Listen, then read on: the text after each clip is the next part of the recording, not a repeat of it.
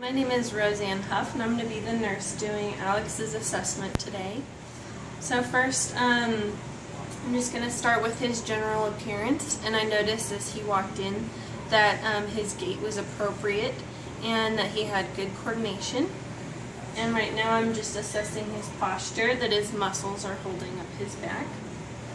And then I'm also just assessing his cleanliness and just general symmetry. Now I'm going to start assessing his head. So I'm just checking his scalp for anything abnormal, any ridges or bumps or lesions. Everything seems to be in order. Now I'm going to check his temporal artery.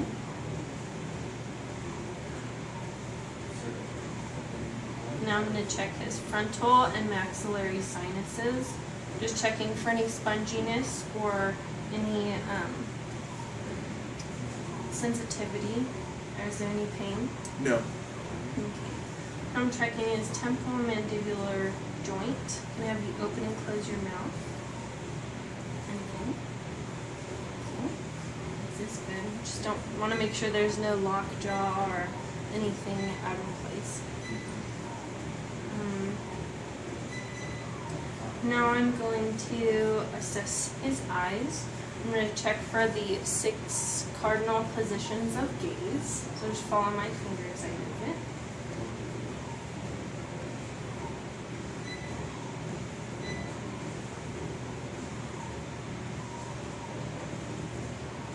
Now I'm just going to check all his external structures, his eyebrows, eyelashes, his I'm going to check his sclera are white, and his conjunctiva, I'm just going to pull them down and make sure that they're pink. Don't want any redness or any paleness. Now I'm going to do the confrontation test, checking his peripheral vision. I'm just going to put my hands behind your head and just tell me when you see my fingers moving. I can see them. I can see them. I can see them. Okay. Now I'm going to use my pen light, and I'm assessing for your corneal reflex. So I'm just going to shine the light kind of in the middle and just see that they're coming towards the light.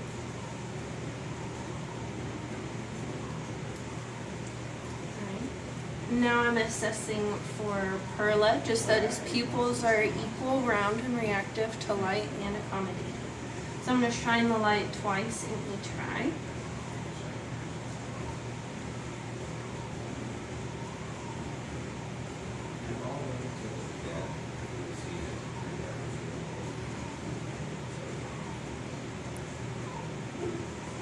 So I checked that his pupil, the one that I shined it in, was constricting, and that there was a central constriction on the other side, which there was.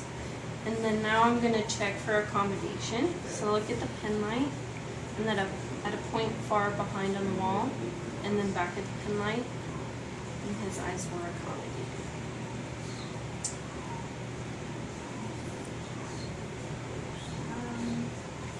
Now I'm just going to check his ears. Just looking at the external structures. And if I had an otoscope, I would look at his, make sure his canals were pink and that there was just minimal cerumen and no drainage. And then I would look at his tympanic membrane to make sure it was a pearly gray and slightly shiny. Now I'm going to assess his nose. So I'm just going to shine my light in there, and I'm going to pull it up slightly, and I'm also checking for any septal deviation.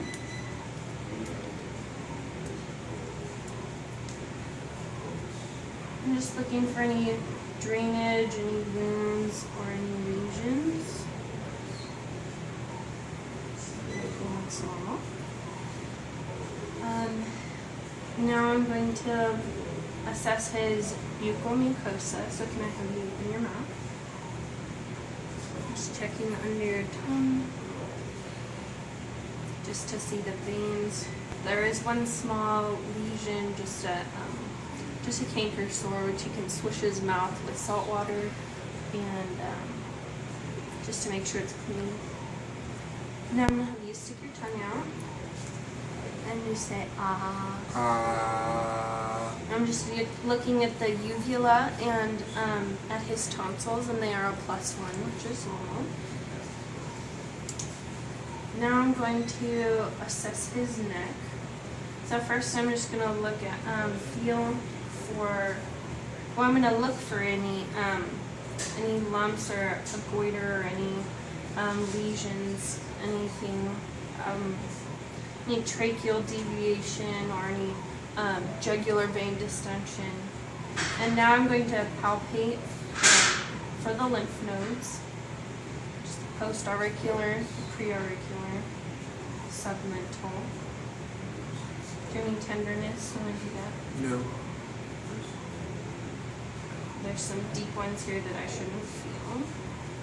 And there's some down here at the throat. I don't feel any. So that's a good sign. Now I'm just going to feel for his carotid.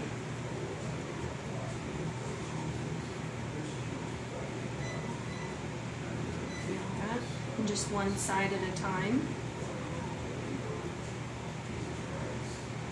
Now I'm going to feel for his thyroid just below the cricoid there. And I'm going to stand behind.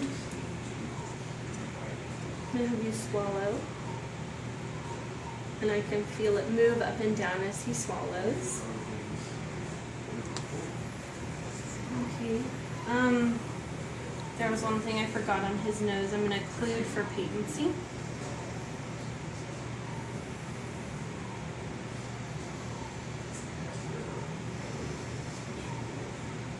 Okay. Both sides are patent, which is good.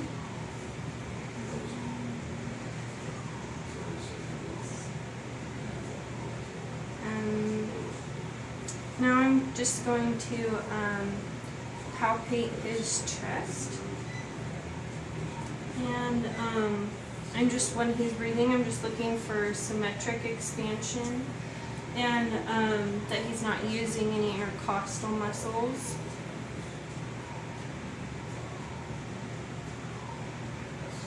Now I'm just going to palpate for any tactile fremitus in the intercostal spaces.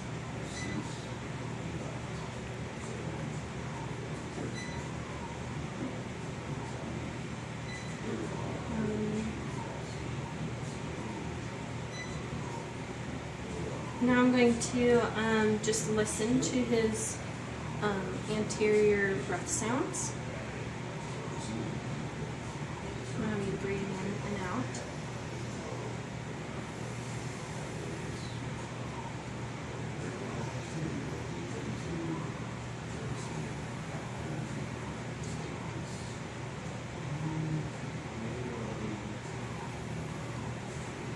Through your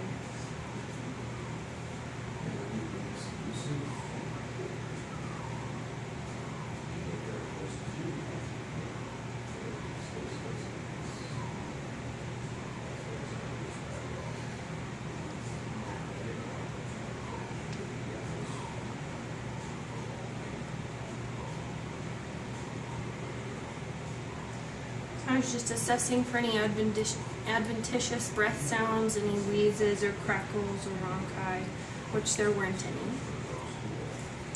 So now I'm just going to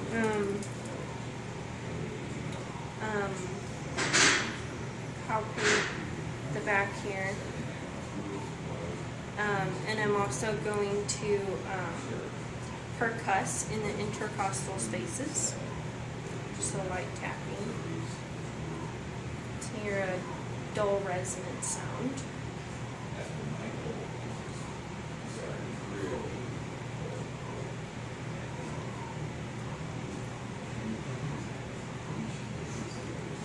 And now I'm going to auscultate. Take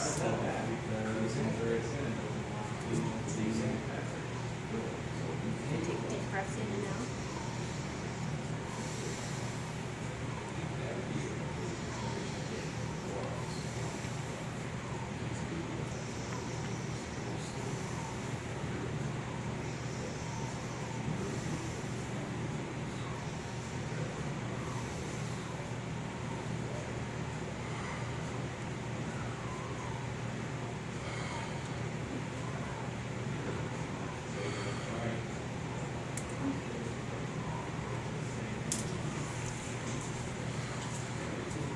I'm going to assess his heart.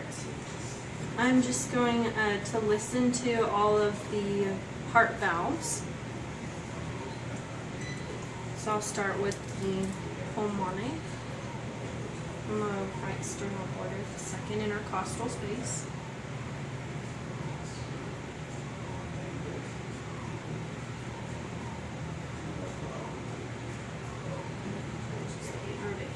This is the pulmonic. On the left sternal border, second intercostal space. And the tricuspid.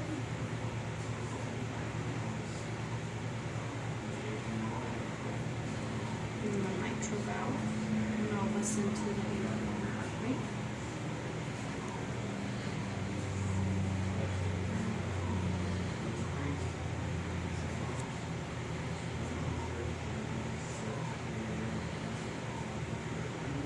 And I'm checking for a normal heart rhythm. I'm just hearing the S1 and the S2 sounds. If I was hearing any gallops or any extra heart sounds, that wouldn't be a good thing, but he doesn't have any.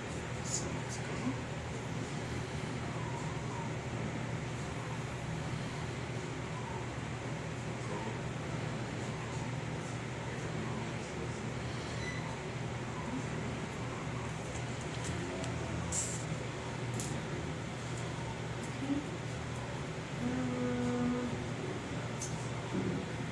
Now I'm just going to assess his skin, just making sure that it's warm and dry. I'm checking for skin turgor. And I've previously done a full skin assessment, and he's told me that he has some freckles and moles, and he has verbalized knowledge of the ABCDE rule, and that he will do a monthly skin assessment. Thank you for watching.